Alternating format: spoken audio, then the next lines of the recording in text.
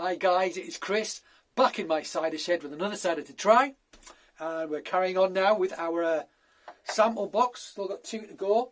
And what have we got next? We've got Dorset cider next from Temple Cider. There you go. Kingston Black, single variety. So we've already done one Kingston Black in this series of tastings. As I've said, Kingston Black hailed as one of the greatest of all single varietals. For making single varietal ciders, it's a bitter sharp. So yeah, good tannin, good sugar, good acidity, all in balance. Therefore, you don't need to mix things in with it to make it a good all-round cider. You should be able to do it on its own. However, I've had lots of ciders from Kingston Blacks that I've thought, it's all right, it's fine. Don't know if I necessarily agree. Everything depends who makes it, where the tree is, you know, all these other variables that go into how old the tree is. I mean, there's so many other variables go into it. There's somebody saying Kingston Black makes great cider is like, it's kind of meaningless, but you know, it does have traits that should make it good as an all-rounder. But yeah, I've been disappointed on many occasions with it. And I think maybe I've been disappointed because it's been built up to be such a great thing that my expectations were so high that it couldn't actually meet those expectations. So maybe I need to temper those expectations down a bit. Anyway, I'm still excited to try this Kingston Black. So Temple Cider, so new, relatively new. I think there's a couple, Paul and Joe, I think moved to this farm in 2014. Paul had some experience with winemaking. Apparently Joe likes cider, so they thought let's try making some cider. They converted an old milking parlour on the farm, on the small farm they bought, into a cidery. That's a shame. We love milk and cheese. It's a shame. Never mind, we love cider as well. Hand picking from local orchards, old orchards, you know, established orchards that weren't being used for cider. So that's great that they're using these ciders. These people, a lot of these people are finding old orchards and using those apples to make cider. It's a great thing, and Perry pears as well. It's a great thing. And usually these old established trees give great fruit for making great cider. So it's brilliant on every level. I think they said that it's just on a cloth and rack press, a traditional press, manual press. They just let the juice ferment naturally. It did say with a little selected yeast added. Okay, so that might be the winemaking thing coming in there. That's a little bit of control. No harm in wanting control because you want things to go right. So let's see what that does to it, shall we? Okay, it doesn't say whether it's in oak or steel. I'm going to guess steel if the person was a winemaker or plastic, and they're using yeast. I'm guessing they're going to use steel. I'm guessing, but might be wrong. So is this still?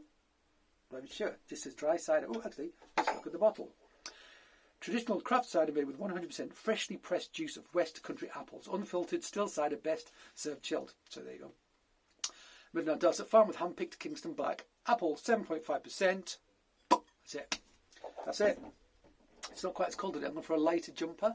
Not for my slightly lighter, as in you know, as in it's not as thick the wool on it because it's not such a cold night. For those interested in fashion, if you're interested in fashion, this is my lighter winter wear. Right, so nice. Let's pour it out. So we're going to see one filtered. I mean, it looks pretty bright. So maybe it's filtered. Looks pretty bright. Nice colour though. Amber, but it's almost got like a slightly pinkish hue to it. The amber, very pleasant. It's not gold. It's gone from gold into amber, but only just. It's just borderline amber, but it's a pretty looking thing. Let's give it a sniff. So bitter sharp. So for those who don't know, there's basically 4 apple varieties. I mean, the French have a slightly different way of, very slightly different way of categorising it. Basically the same though. So you have sharps, which are acid. You have sweets, which are sweet, so high in sugar. Sharps are high in acid, low in tannin. And bitter sharps are high in tannin and high in acid, lower in sugar. And bitter sweets are higher in tannin, higher in sugar, and lower in acid. Okay? And from those 4 different things, you will get... And different apples will sit in the categories and have, like, some bitter sweets will have more sweetness than tannin, and others will have more tannin than sweetness, and like the tremlets bitter we had the other day. So from these sort of 4 basic components, you will blend usually to create a perfect cider. So it's actually unusual to use single varietals. Normally you'd have to blend to get the character that you want. But certain varietals are held as being good for it, and Kingston Black is one of them. So endeth the lesson. Let's give it a sniff, shall we? Really appley on the nose. Nice, actually. Aged apple on the nose, autumnal character. It's got an earthiness to it. Yeah, good nose. Not in your face, not super in your face. It's reasonably cold, not super cold. It's reasonably cold. Yeah, Smells good, smells enticing. Almost like a little bit of perfuminess on the end that makes you think of maybe a little bit of sugar, some brown sugar, caramelized sugar, something like that. Just a hint of that on the back end, which is nice. Yeah, it's nice. It's nice. I always feel like a leafy, orchardy smell to it. I don't really know what an orchard smells like. I've been in lots of them, but yeah, I couldn't tell you what they smell like. Anyway, should we try it? Yes, Chris. Okay.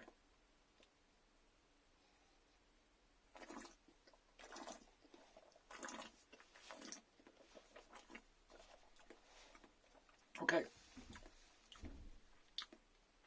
So this is bone dry. Absolutely bone dry. Oh, actually, there's a very nice poached apple character, like apple that's been poached in butter, sitting right in the middle of my palate. And I can't tell if there's a hint of residual sugar, if it's absolute zero, or if that flavour is making me think there's a hint of sugar in it. Very nice though it is. There's a real appley character. I'm getting a kind of a melon type element as well. I've run like that's the out of this box. I think there was another one I had with a melon element. Maybe it was the Axminster, or was it the Tremlets even? I can't remember. Anyway, one of them did. So yeah, it's almost like a baked apple, a melon character.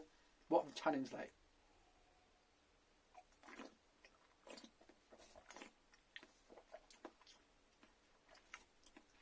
Not super tannic, reasonable tannins.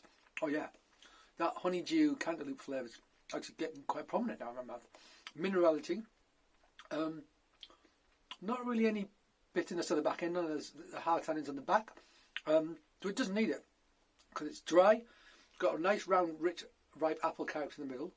It's gentle, but very nice actually. It's actually not bad at all. Totally clean, absolutely clean. There's no funk, no sulphur, nothing like that.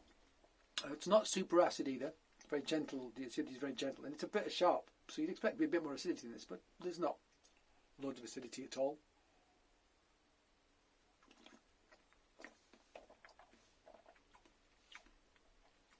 It's all right.